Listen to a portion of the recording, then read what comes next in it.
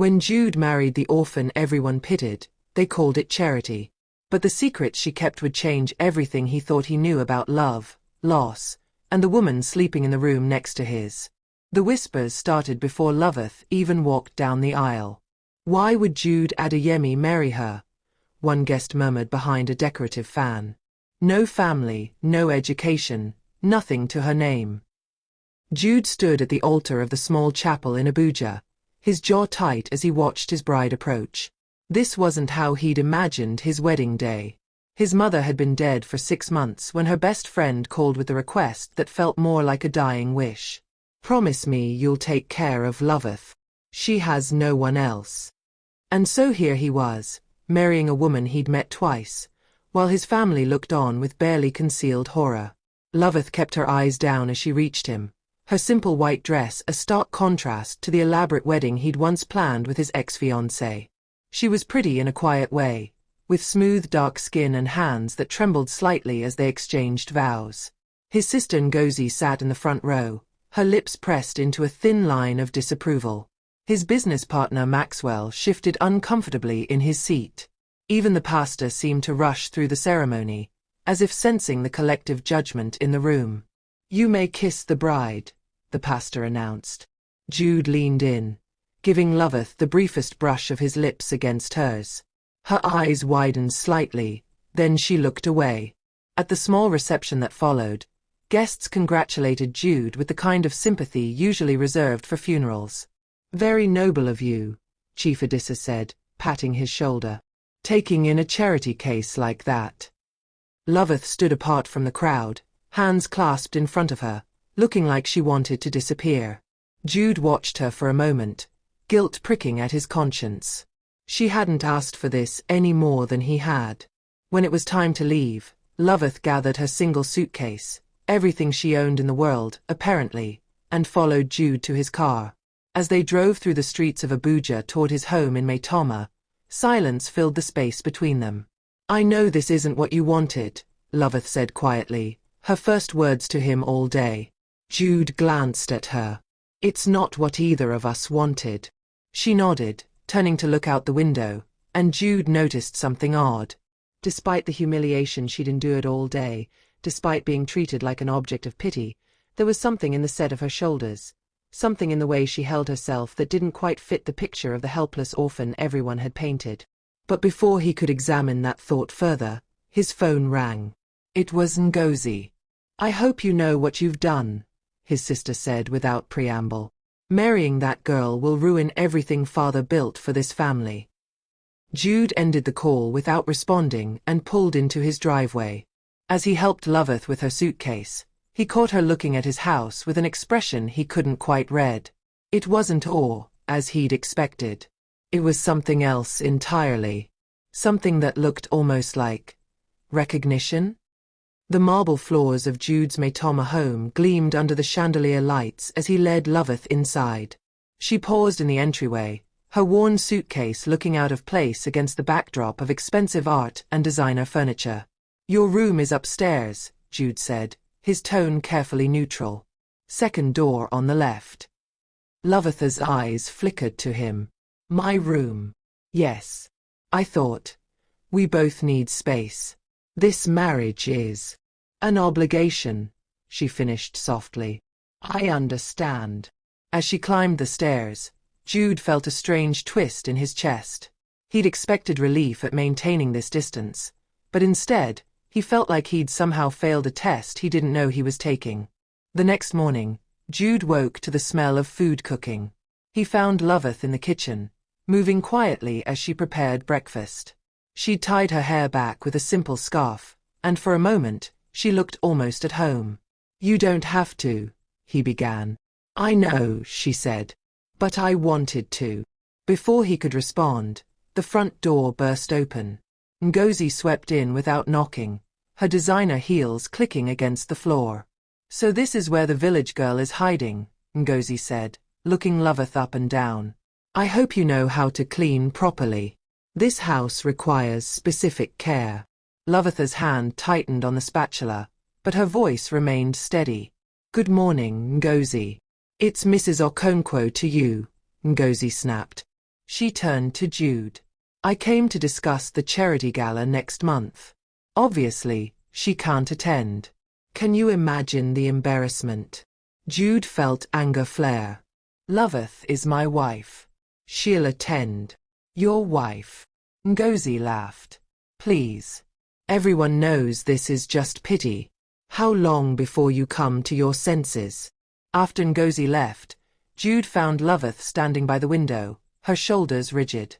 He wanted to apologize, but the words stuck in his throat. That evening, Maxwell stopped by with contracts for review. He watched Loveth serve them tea with practiced grace, his eyebrows raised. Interesting choice, man, Maxwell said after Loveth left the room. Very unexpected. It's complicated, Jude muttered. I'm sure it is. Maxwell leaned back. Just be careful. People will talk. After Maxwell left, Jude worked late in his home office. Around midnight, he heard soft footsteps and found Loveth in the living room, sitting in the dark. She had a worn leather journal in her hands, the only item she seemed to have brought from her past. Couldn't sleep? He asked. She closed the journal quickly, almost protectively. Just thinking. About what? About whether I made the right choice, she said quietly. Coming here. Accepting this. Jude sat down across from her. Did you have another choice? Loveth's smile was sad. There's always a choice. Sometimes they're just all difficult. There was something in the way she said it, something that suggested depths he hadn't anticipated. Before he could ask more, she stood. Good night, Jude. As she walked away, journal clutched to her chest, Jude noticed something he'd missed before. The way she carried herself, the precise way she moved through space. It wasn't the bearing of someone who'd grown up with nothing. It was the bearing of someone who'd learned to hide who they really were. 3 months passed in careful politeness. Jude and Loveth moved around each other like dancers who'd learned the steps but never touched.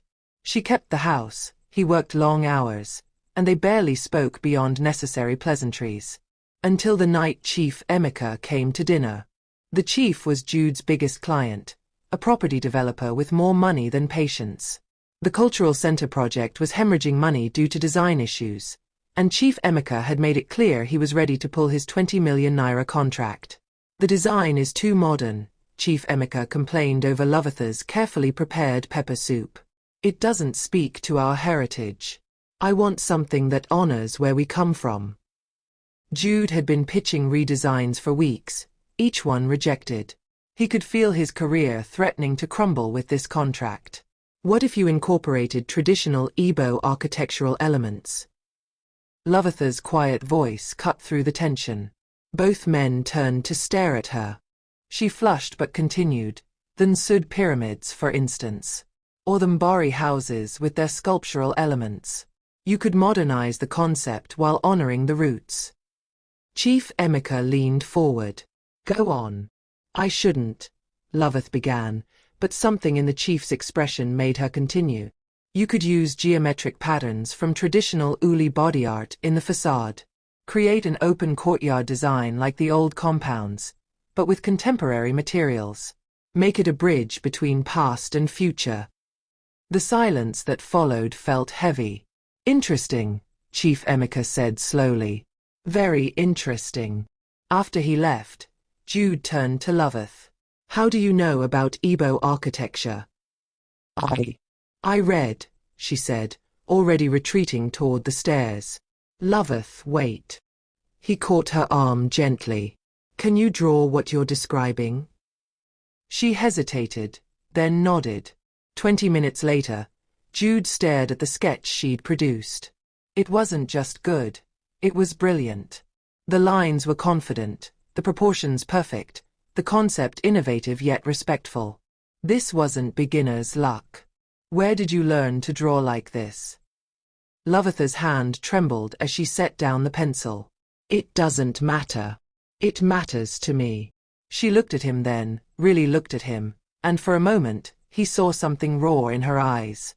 Fear, maybe. Or hope. Please don't ask me to explain. Not yet. The next day, Jude incorporated Luvither's design elements into his proposal. Chief Emeka loved it. The contract was saved. But that night, as Jude watched Luvith retreat to her room with that mysterious journal, one thought consumed him. Who was this woman he'd married? And more importantly, what was she hiding? 2 weeks after the design breakthrough, Jude came home to find Luvith reorganizing his bookshelf. She'd grouped his architecture books by style period, his novels by author, his father's old medical texts. "Wait," Jude said. "How did you know those were medical books?" Luvither's hand froze on a copy of Gray's Anatomy. "The titles. They're clearly labeled. They're in Latin." She set the book down carefully and changed the subject. But Jude couldn't shake the feeling that the walls around Luvith were starting to crack.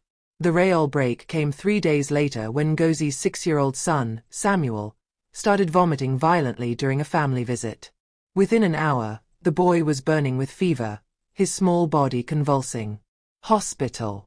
Now," Jude commanded, scooping up his nephew. The emergency room at Maitoma General Hospital was chaos. A bus accident had filled every available bed, and the doctors were overwhelmed. Samuel's condition deteriorated rapidly, his breathing shallow, his lips turning blue. "He needs oxygen," the nurse said desperately. "But the ventilator in this room isn't." "Move him to room 3, Luvither's voice cut through the panic. She'd been silent in the corner until now. "Who are you?" the nurse demanded. "Move him now. His oxygen saturation is dropping. You need to intubate before he arrests." The authority in her voice made the nurse obey. Luvith followed, her hands already moving with practiced efficiency. She positioned Samuel's head, checked his airway, rattled off instructions in medical terminology that Jude barely understood. "Get me 0.5 milligrams of atropine. And someone page pediatrics. I think this is acute gastroenteritis with severe dehydration, possibly septic." The nurses scrambled to follow her orders. Within minutes, the specialist arrived and took over, but Samuel was stable. His color had returned. He was breathing. Ngozi, who'd been frozen in terror, suddenly grabbed Luvith. "You saved him. How did you? Who are you?" Luvith pulled away, her confident demeanor crumbling. "I need air." Jude found her outside, her whole body shaking. He'd never seen her like this, unguarded, vulnerable, and most tellingly, terrified of being seen. "You have medical training," he said. "It wasn't a question. I was a nursing student once. A long time ago. Nursing students don't diagnose like that. They don't take command of emergency rooms." Luvith wrapped her arms around herself. "It doesn't matter what I was. That's not who I am now." "Why?" Jude moved closer. "Why hide it? Why pretend to be?" "Because it's safer." The words burst out of her. "You don't understand. You can't understand. Then help me understand." But Luvith was already walking away, and this time he didn't follow. That night, Ngozi came to his house, her earlier hostility replaced with confusion. "I was wrong about her," she admitted. "But Jude, who is she really? What else don't we know?" Jude had no answer. But as he stood outside Luvither's closed door, listening to the soft sound of her crying, he realized something had shifted inside him. He no longer wanted to know out of curiosity. He wanted to know because somewhere in the last 4 months, this mystery of a woman had become someone he cared about. And that scared him more than any secret she might be keeping. Maxwell showed up at Jude's office unannounced, carrying a folder that looked too heavy for its contents. "We need to talk about your wife." Jude's guard went up immediately. "Maxwell, just listen." Maxwell opened the folder, spreading out papers across the desk. "After what happened at the hospital, I got curious. So I did some digging." "You investigated Luvith?" "Someone had to." Maxwell pointed to a faded newspaper clipping. "The orphanage where she supposedly grew up? It burned down 7 years ago. Every record, every document, gone." Jude picked up the clipping. The grainy photo showed firefighters battling flames, the caption mentioning suspected arson. That's convenient for someone who wants to hide their past, Maxwell continued. But I kept looking. Found this from 15 years ago. He slid another clipping across the desk. It was from a national newspaper, announcing the winners of the Presidential Academic Excellence Awards. There, among the photographs of brilliant students, was a young girl with a distinctive crescent-shaped birthmark on her left hand. The same birthmark Loveth had. Her name is listed as L. Okoro, Maxwell said quietly. Daughter of Professor Daniel Okoro, who was The Economist, Jude breathed. He was accused of embezzling university funds. It was a huge scandal. He died in prison. His wife died shortly after. The daughter disappeared. Maxwell leaned back. Jude, if this is her, and that birthmark is pretty distinctive, then she's not just some orphan with no background. She's someone who deliberately erased herself. Jude stared at the photo of the young girl, her eyes bright with intelligence and hope. What had happened to turn that child into the woman who flinched away from attention? What are you going to do? Maxwell asked. That was the question, wasn't it? Jude thought about Loveth's fear when he'd pushed for answers. The way she'd whispered, "It's safer this way." "Nothing," he said finally. "If she wanted us to know, she'd tell us." Maxwell looked skeptical. "And if she's dangerous? If she's running from something? Then she needs protection, not interrogation." After Maxwell left, Jude couldn't concentrate on work. He kept seeing that bright-eyed girl in the photograph, trying to reconcile her with the guarded woman in his home. That evening, he found Loveth in the kitchen, preparing dinner. He watched her for a moment, the precise way she moved, the unconscious grace that spoke of careful training. How had he not seen it before? "I need to tell you something," he said. She turned, wariness immediate in her eyes. "Maxwell found some information about your past." The color drained from her face. The knife she'd been holding clattered to the counter. "What did he find?" "Enough," Jude said carefully. "Enough to know you're not who you've pretended to be." Loveth's breathing quickened. "Are you going to make me leave?" "What?" "No." He stepped closer. "Loveth, I don't care about your past. But I care about the fact that you're terrified. What are you running from?" "I can't tell you. Please don't make me." "I'm not making you do anything." He took her trembling hands in his. "But I want you to know something. Whatever you're hiding from, whatever you're afraid of, you're not alone anymore. You're my wife. That may have started as obligation, but it doesn't have to stay that way." She looked up at him, tears streaming down her face. "You don't know what you're offering. Then help me understand." For a long moment, she seemed to struggle with herself. Then she whispered, "Not yet. Please. I need more time." Jude nodded, though frustration warred with concern. "Okay. But Loveth, when you're ready to trust me, I'll be here." After she fled upstairs, Jude stood in the kitchen, the pieces of the puzzle scattered around him. Professor Okoro's daughter. A girl who'd won national academic awards. Someone educated enough to design buildings and diagnose medical emergencies. Someone who'd chosen to become invisible. But why? And more pressingly, from whom was she hiding? Jude began to watch Loveth differently after Maxwell's revelation. Not with suspicion, but with curiosity and a growing protectiveness that surprised him. He noticed everything now. The way she unconsciously corrected his French pronunciation when he was on a call with an international client. The complex English novels on her nightstand, Dickens, Austen, Ochebe, books she tried to hide when he passed a room. The classical music she hummed while cooking, pieces by Beethoven and Mozart that she knew by heart. One evening, he deliberately left a book on architecture theory in the living room. The next morning, it had been moved, a bookmark inserted precisely at the chapter on sustainable urban design. "Did you read this?" he asked at breakfast. Lovatha's coffee cup paused halfway to her lips. I may have looked at it. What did you think of the arguments about green spaces? She hesitated, then the words came tumbling out. I think the author overemphasizes aesthetic integration at the expense of functional ecology. Green spaces aren't just decorative, they're essential for urban heat reduction, water management, and community mental health. The proposed ratios are insufficient for... She stopped abruptly. I'm sorry. I shouldn't have. No, please. Continue. But the shutters had come down again.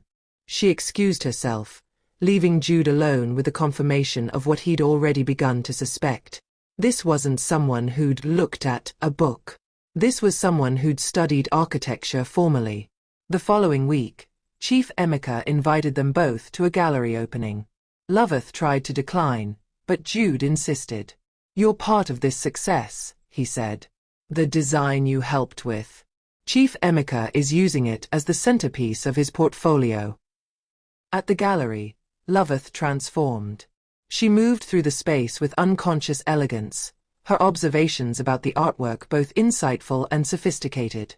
Other guests gravitated toward her, drawn by something they couldn't quite name.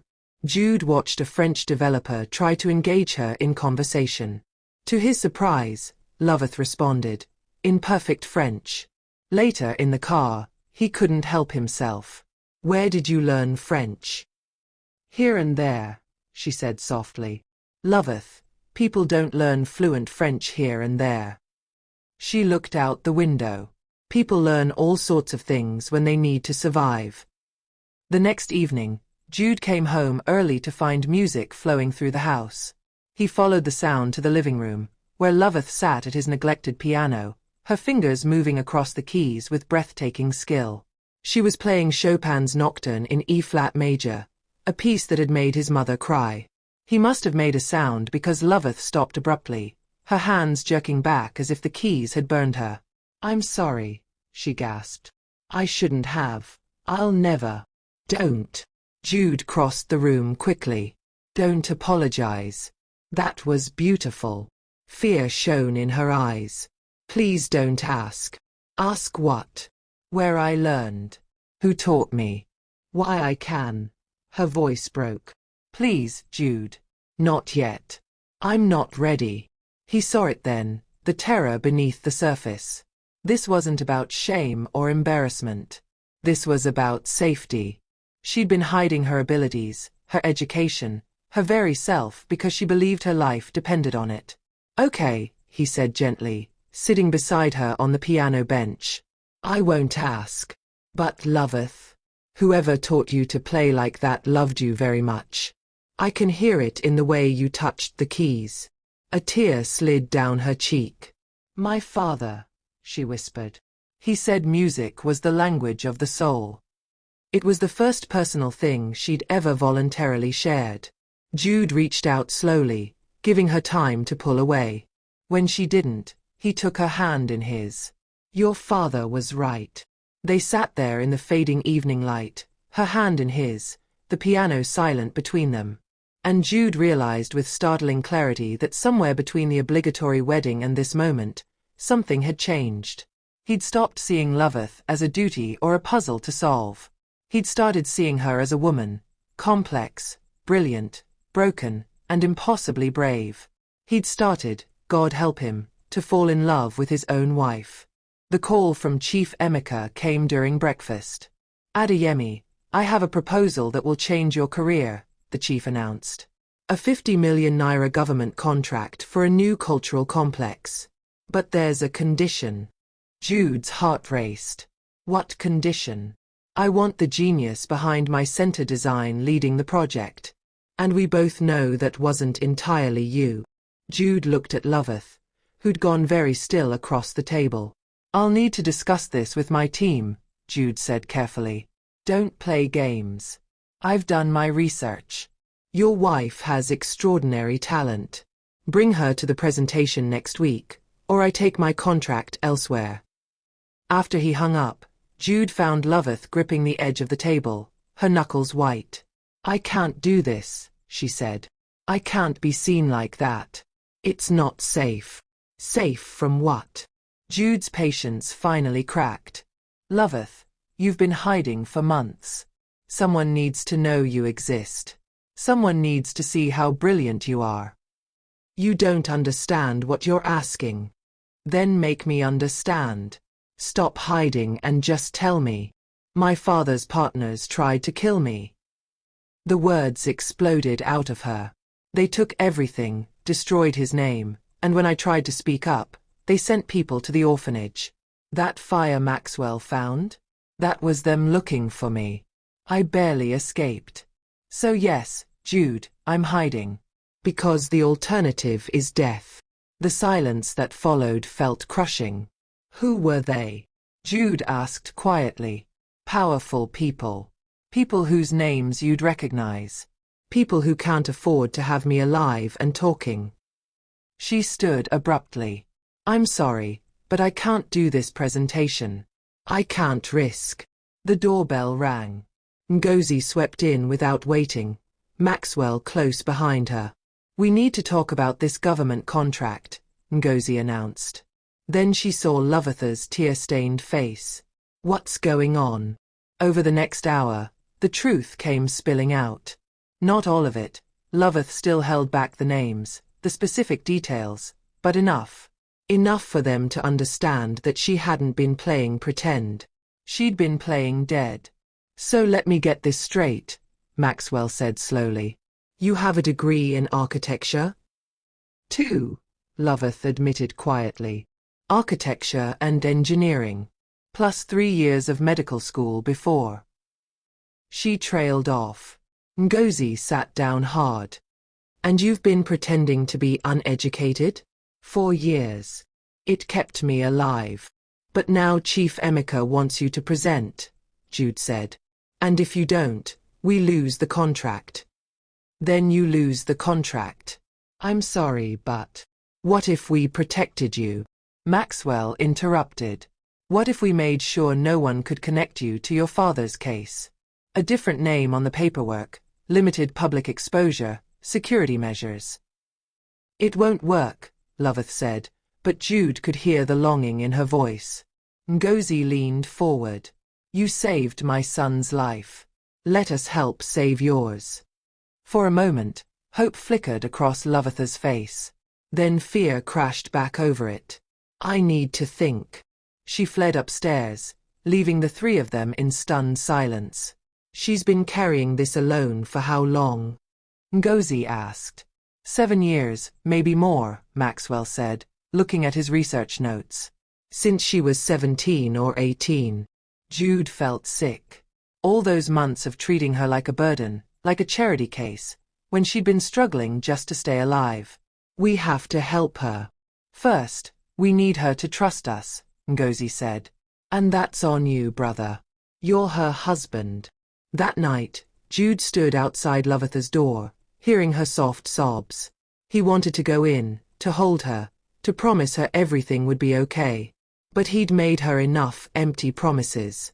This time, he needed to be sure he could keep his word. The next morning, Loveth's door remained closed. Jude waited, giving her space. But as the day wore on and she didn't emerge, worry gnawed at him. Finally, at dusk, he knocked. Loveth, please. We need to talk. No answer. He tried the handle, unlocked. The room was empty. Her few belongings were gone. On the bed lay her wedding ring and a note in elegant handwriting. I'm sorry. This was always going to be how it ended. Thank you for the few months of kindness. Please don't look for me. L. Jude's hands shook as he held the note. Somewhere between their wedding day and this moment, Loveth had stopped being an obligation. She'd become his purpose. His future. And now she was gone. Jude didn't sleep. He sat in the living room, Loveth's note in one hand, Maxwell's research in the other, piecing together a life that his wife had tried to bury. By morning, he'd made a decision. I'm going to find her, he told Maxwell and Ngozi over the phone. And then I'm going to fix this. Jude, she doesn't want to be found, Maxwell warned. She's scared. That's different from not wanting help. He grabbed his car keys. I need you to do something for me. Find Professor Okoro's former business partners. I want names, connections, everything. It took 3 days of searching. Jude checked the orphanage site, contacted churches in the area, even tracked down the woman who'd arranged their marriage. Finally, he found her at a small guest house on the outskirts of Abuja, using a false name. She looked thinner, haunted. When she saw him, she actually stepped back in fear. How did you find me? Does it matter? He closed the door behind him. Loveth, please come home. I can't. Don't you understand? Being near me puts you in danger. If they find out I'm connected to you, they'll destroy your career, maybe worse. Let them try. He moved closer. You want to know what I've learned about fear? It only wins when we let it. You've been running for 7 years. Maybe it's time to stop. You don't know what they're capable of. Then tell me. Tell me everything. And finally, the dam broke. Loveth sank onto the bed and told him the whole story. Her father, Professor Daniel Okoro, had been one of Nigeria's most respected economists. When he discovered that his business partners were embezzling government funds through fake development projects, he'd threatened to expose them. They'd struck first, framing him for fraud with manufactured evidence. They arrested him so fast, Loveth said, her voice hollow, before he could get the real documents to the authorities. He died in prison 6 months later. Heart attack, they said. My mother couldn't survive the shame. She was gone within a year. And they came after you? I was 18, about to start university. I had copies of my father's research, proof of their crimes. They ransacked our house, threatened our relatives. Everyone was too scared to take me in. So I ran to the orphanage where my mother used to volunteer. I thought I'd be safe there. The fire, Jude said quietly. She nodded. I barely got out. After that, I realized I couldn't be Professor Okoro's daughter anymore. So I became no one. The village orphan with no past, no education, no ambition. The girl nobody wanted. But you kept your father's research? Some of it. Encoded notes in my journal. I couldn't let it all be for nothing. But I also couldn't risk anyone finding it. Jude took her hands. Loveth, what if we could clear your father's name? What if we could prove what really happened? It's been 7 years. The trail is cold. And these men, they're politicians now, businessmen with connections everywhere. We can't fight that. Maybe we can't. But maybe we don't have to. He pulled out his phone, showing her a photo. Maxwell found something. One of your father's partners kept detailed records, probably as insurance against the others. They're in a private storage facility. If we can get them. That's impossible. We'd need access, lawyers, protection. I have a lawyer. Maxwell has connections. Ngozi has more political friends than you'd think. He cupped her face gently. You don't have to do this alone anymore. You have a family now. We're not much, but we're yours. Tears streamed down her cheeks. Why? Why would you risk everything for me? Because somewhere between I do and this moment, I fell in love with you. The words came easier than he expected. The real you. Not the quiet orphan, not the brilliant architect, but the woman brave enough to survive when everyone wanted her to disappear. You deserve to exist, Loveth. To have a name, a life, a future. She collapsed against him, sobbing. And Jude held her, feeling the weight of years of fear and loneliness pouring out of her. I'm so tired of hiding, she whispered. Then don't. Not anymore. When they returned to Abuja 2 days later, it was with a plan. Maxwell had made contact with a journalist known for exposing corruption. Ngozi had quietly reached out to a federal prosecutor who'd been looking into similar cases. And Jude had done something else. He'd called Chief Emeka and told him the truth. All of it. Bring her in, the chief had said. Let me meet Professor Okoro's daughter properly. The pieces were falling into place. But as they pulled up to Jude's house, Lovatha's hand tightened on his. Once we do this, there's no going back. I know, Jude said. Are you ready? She looked at the house, her home, their home, and then at him. With you. Yes. The next 3 months were a whirlwind. Maxwell's contact at the storage facility provided access to the documents, detailed records of embezzlement, bribery, and fraud that painted a clear picture of what had really happened. The journalist published a bombshell investigation, and the federal prosecutor opened a formal inquiry. 2 of Professor Okoro's former partners were arrested. A third fled the country. The evidence was overwhelming. The news coverage was intense. Professor Okoro exonerated in posthumous investigation, read the headlines. Daughter emerges after years in hiding. Through it all, Jude stayed by Lovatha's side. When reporters camped outside their house, he hired security. When she had nightmares about the fire, he held her until dawn. When the prosecutor needed her testimony, he sat in the courtroom, a steady presence in the chaos. Chief Emeka not only honored his contract but publicly credited Lovath with the cultural center design. Offers poured in, job opportunities, speaking engagements, architectural commissions. You could start your own firm, Maxwell suggested one evening. With your talent and the publicity. I just want my name back first, Lovath said quietly. Everything else can wait. The legal proceedings revealed something else. Professor Okoro had established a trust for his daughter before his arrest, money he'd set aside that the corrupt partners hadn't known about. It wasn't a fortune, but it was enough. Enough for Lovath to stand on her own if she chose. You don't need me anymore, Jude said one night as they reviewed the trust documents. You could leave. Start over somewhere else. Be anyone you want.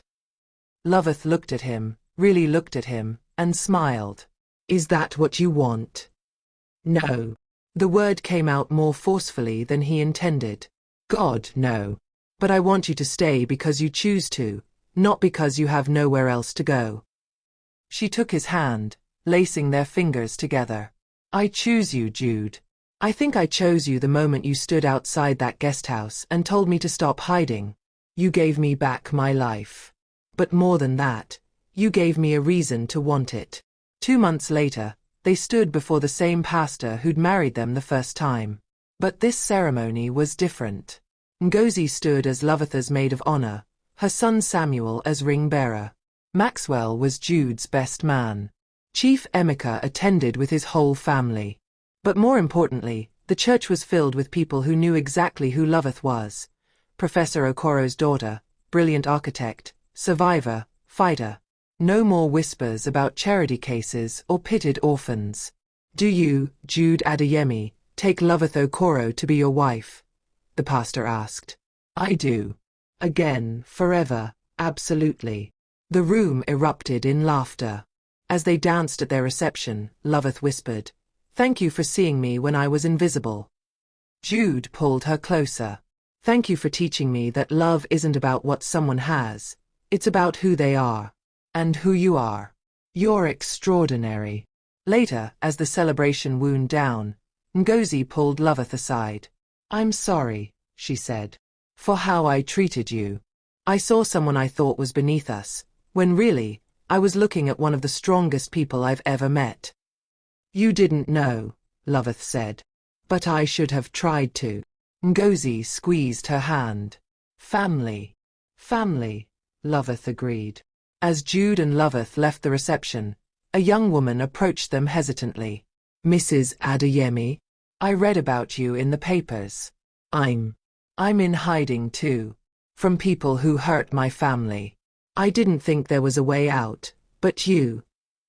Her voice broke. You showed me there is. Lovath took the woman's hands. You're not alone. None of us have to be alone anymore. On the drive home, Jude glanced at his wife, his partner, his equal, his choice. What are you thinking about? Lovath asked. How different everything could have been.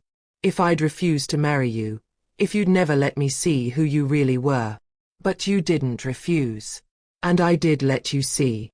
She smiled. That's what matters. Not what could have been, but what is. What is, Jude thought, is a miracle. The orphan nobody wanted had become the woman everyone respected. The marriage born of obligation had become a partnership built on love. The secrets that could have destroyed them had instead brought them together. Everything had changed. But really, everything had simply become what it was always meant to be. If this story touched your heart, we'd love to hear from you.